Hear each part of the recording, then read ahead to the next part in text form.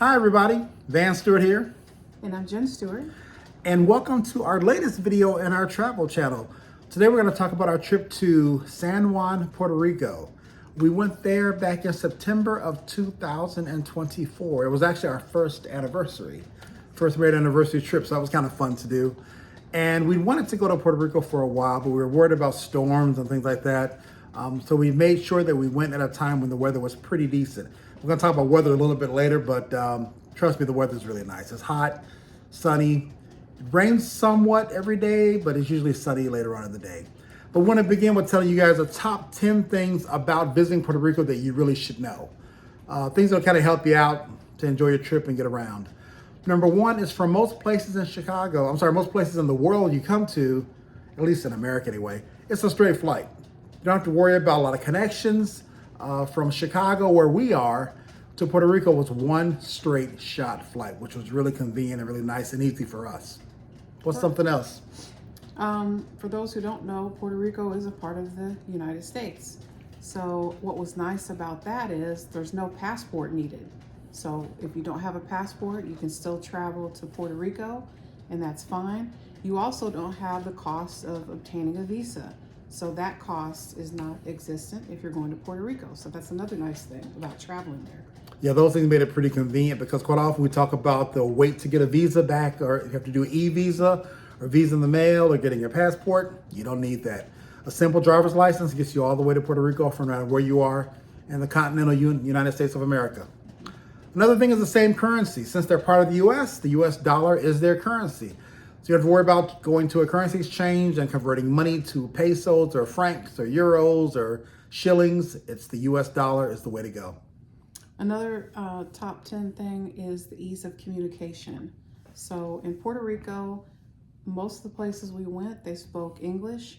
Some do speak Spanish and Puerto Rican, of course, but we had no problems communicating where we were. No. I know a little bit of Spanish, so I was there to help if needed be, but it was very easy to communicate with people at the airport or where we stayed or the restaurants. Yeah, I know the food, so anything food related, I got you on that. So we had a good time, and that easy communication was nice. Everybody spoke pretty much for the most part English and Spanish, so you're not going to have that issue too much at all.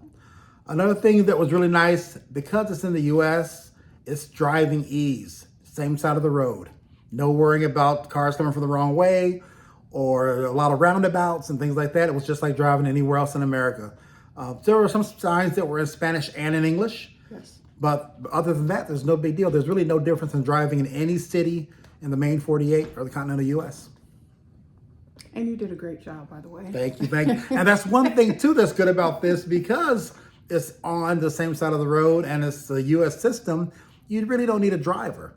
We were in Kenya, we had to have a driver because we didn't know anything about the driving style, the roads, the cars were all different. We didn't know where we were going. A lot of the signs were not in English. So we need to have a driver, but you don't have that expense. And when you get off the airport in San Juan, when you cross the street, the car rental places are right there. There's Avis and National and Hertz and Budget.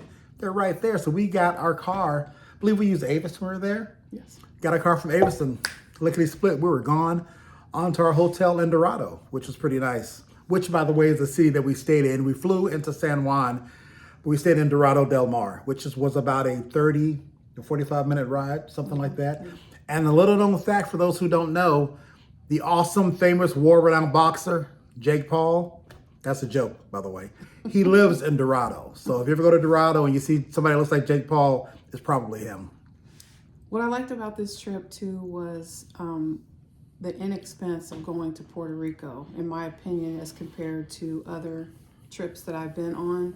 The hotels and the flights, you were able to get a good deal when We you did. booked our trip. So as far as expense, I think it's a great place for couples and families to go, and you can do it. I think you can really do it on a budget if you wanted to. Definitely.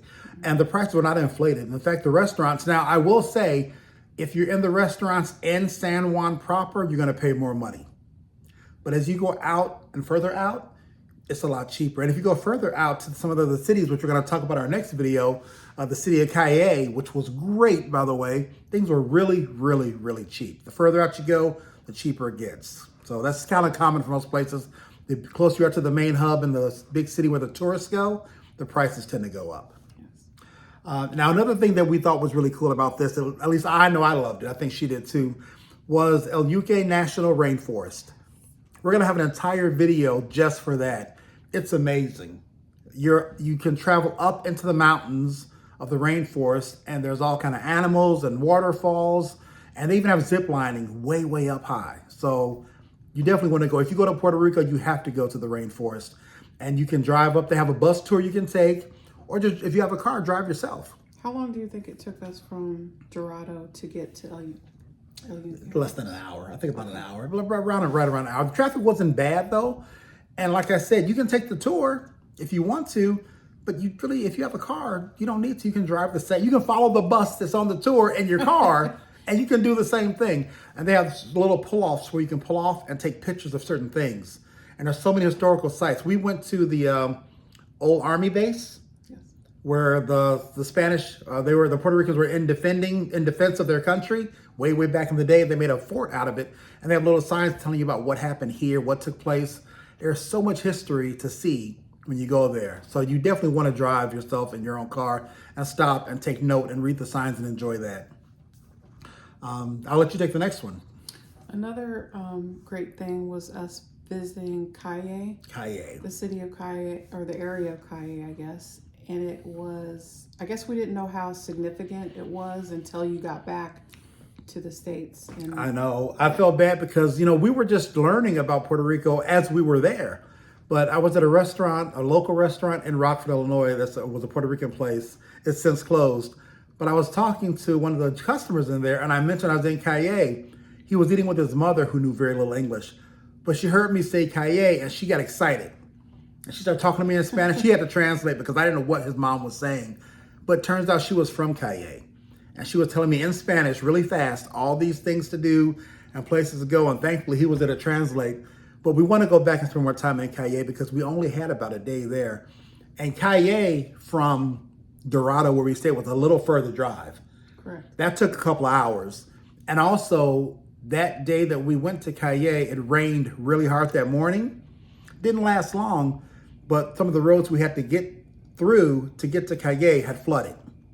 So we had to do a little bit of back navigating. But as I said, the cool thing, since you're in the US, your navigation tools work. We use Waze and Google Maps. All that stuff works in Puerto Rico because you are in the US. So it's no different going anywhere else. And we had heard that Calle has some of the best food. So if you can imagine it, it's really cool because there's all these little restaurants and bars. And it kind of feels like you're in the mountains, not that high up, but they're just one after another. So we came later in the day, so we didn't get to see a lot there, and we didn't get to eat there, but it was just good to see the people and see all the opportunities. So I'd like to go back there if we ever get back. Yeah, I recommend if you go to Calle, get there early, or if you can't, stay overnight. So you can have 2 full days in Calle. But we're gonna go back, definitely. We're gonna go back there and check things out because there's so much to see. And Puerto Rico is an island, but it's a big island. There's a lot to see there.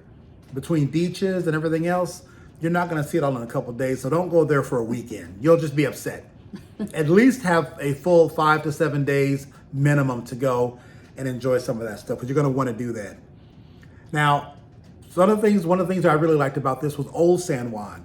When you get to Puerto Rico, you're gonna fly into San Juan, but Old San Juan, the historical part of the city, is amazing. We went on a walking tour of that area, but the hills and the slopes are rough. Take some nice, comfortable shoes. You're gonna get a workout for your legs, but it's beautiful to walk there. And there are hotels on the cobblestone road, beautiful multicolored buildings. I'm gonna put some shorts up where you guys can see some things we saw on our walking tour of Old San Juan. But it was just amazing. We stopped at restaurants there, we walked around. One thing we did that I recommend to do, if you're going to a place, whether it be Puerto Rico or any place else, you park your car, you don't know where you're at, you're new there, take a picture of a nearby sign. So if you get turned around or lost, you can ask somebody, where is this intersection? So we know. We found a parking garage really close to the walking area in Old San Juan. We parked our car there, I snapped a picture, and then we just took off walking. And we were able to come back and find our car. We did kind of get turned around a little bit, but there are so many tourists out there that you can ask somebody, they'll kind of tell you where you're going. But it was nice to find that parking structure, and it was free parking. which I thought was kind of cool. We just, Nice. a big giant parking lot and you pay and it's free to park. What else did you like about that? I liked shopping and food, of course. Those are two of my favorite things to do as well. I liked all of the local shopping opportunities. They had some in Calle. We went to malls. When we were in Old San Juan, there was, it kind of looked like farmers markets Yep. like we have here. So there was all kinds of opportunities to purchase things. I tell you what, if you want to go and enjoy some shops, I was super impressed. Well, okay, here's the thing. I'm older, so I remember some of the old school stores back in the day. Like if you remember, like Sears, Kmart, Montgomery Ward's, Rainbow. All those stores still exist in Puerto Rico, and they're still in operation. Payless Shoes was in operation in Puerto Rico. It was amazing. And if you get the chance to go to the Mall of San Juan, it is a beautiful, beautiful mall. In fact, there is a fancy car dealership. I want to say, was it a Mercedes dealership inside the mall? Wasn't the one car, was a Genesis? The Hyundai, Yes. yeah. There was a Hyundai dealership inside the Mall of San Juan. That mall is fantastic. It is just so nice. There's so much to see and do. They even have pickleball courts inside the Mall of San Juan. What So a if you want to great play idea. pickleball, yeah, I thought that was great because people want to go and get in shape and play pickleball. You're in the mall, two birds in one stone, knock it out. A lot of malls in America tend to die out. They're becoming like, Amazon hubs or whatever. Not in Puerto Rico. People go to the malls. I've noticed that in a lot of our travels, we see that malls are big. In Africa was like that. In Germany, it's like that. That's just something I think Americans need to wrap their mind around, a new way to run malls, because there's so much to do and see when it comes to malls. And we even went to a really nice restaurant. I'm gonna have to look the name up and put it in our next video where we talk about this. But there was a gorgeous, beautiful restaurant right by our hotel. And as I said, we stayed in Dorado at the Embassy Suites. And you have to kind of go through a little security to get into the area where the hotel is. As soon as you come out of that area, you take a left turn, there's just a string of shops right there. And in that string of shops was a restaurant that was really, really good. So I was glad that we had a chance to go someplace nearby and have good food, good breakfast, and some nice stuff to do and eat. Now, I want to give you guys some tips too to help you on your stay while you're there. Those are kind of the top 10 things to do about visiting Puerto Rico. But just to help you kind of enjoy yourself, take sunscreen. It is really, really hot and the sun will bear down. As I said, most days it rains a little bit in the morning, but by noontime that sun is beating down on you. And if you don't have sunscreen, and I'm not the lightest guy in the world, but even me, I needed some sunscreen on to help me through the day. So take some sunscreen with you. And another thing I recommend too is headgear, hats. Yes. I bought a hat. Most people wear the typical Puerto Rican straw hat called a pava, but I saw a hat. It was really colorful and I loved it. It was called I forget the name of the hat, Campesino. It's a Campesino hat. Really multicolored. I'll wear that in the next video to show you guys. But be careful. Some people consider this to be like a hillbilly Puerto Rican hat, like you're making fun of country bumpkins, and they think of it as an insult. So kind of just gauge the area where you are and don't really act silly when you're wearing this hat, because they think you might be like a clown or mimicking or mocking their culture by wearing this Campesino hat. So just be careful about that one. And one of the things that I thought was pretty cool, oh, you said too about sundresses. You recommend having sundress something airy? Yeah, I would say, especially when you're in Old San Juan, you want to either do shorts or a sundress. I like the visors. Yes, yes. For me, comfortable shoes, of course. Those are all things that are a must. And I also recommend the fanny pack. Yeah. And the reason I like that is because it's around your waist. If somebody's messing with it, you're gonna feel it. And you can carry your keys, you can carry your ID, your wallet, whatever you want. It's it's in front of you. So Right. it's not likely that you're gonna lose it, and your hands are free if you have one of those. And I also recommend carrying a bottle of water. It's really hot, and you might think, I'll get some water later. Quite often when you're walking around places, they'll sell you water. It's kind of expensive to buy a bottle of water in some places. And as I said, if you're in Old San Juan or in San Juan, the price goes up. Just take a couple bottles of water with you when you're walking around. Put them in your fanny pack or in your bag.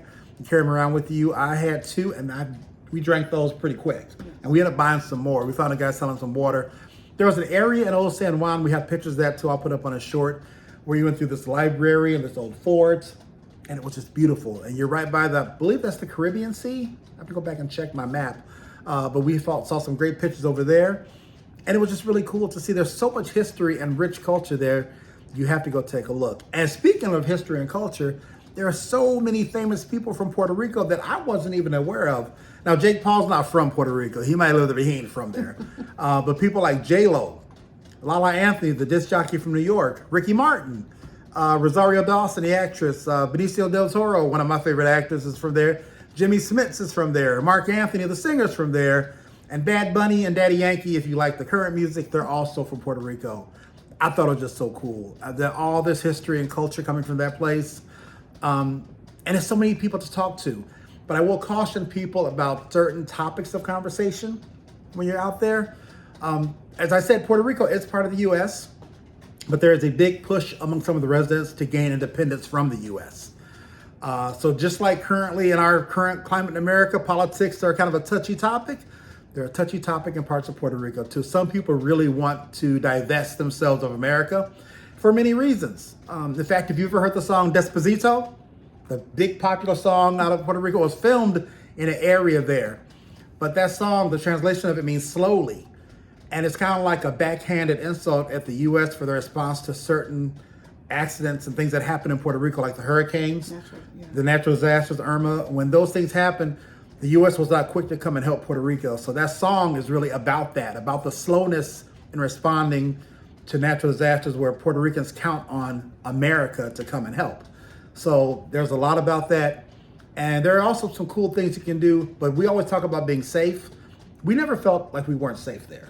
I felt pretty good about that. We didn't do a lot of nighttime traveling. We went to a couple restaurants at night, but there are a couple of areas where people will tend to avoid at night if you can. They talked about the La Perla area. It's and I hate the way people describe this if you look online. Oh, it's a slum, it's shanty towns. It's a neighborhood.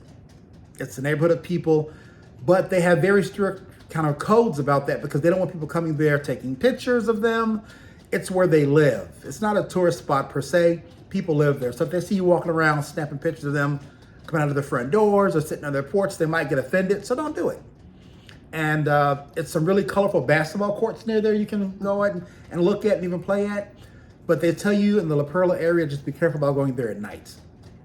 Because at nighttime, a lot of unsavory people come out. We got there, around between like noon and 3.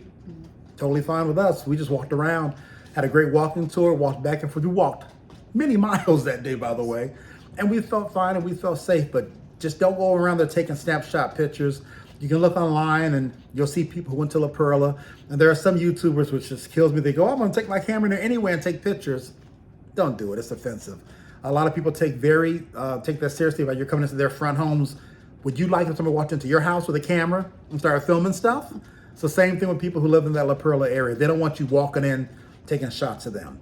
So think about that. Be aware of your surroundings. Be aware of the people you're going to visit. And you are a guest. Act accordingly when you're in somebody else's home. Act like a guest and just be civil and be safe.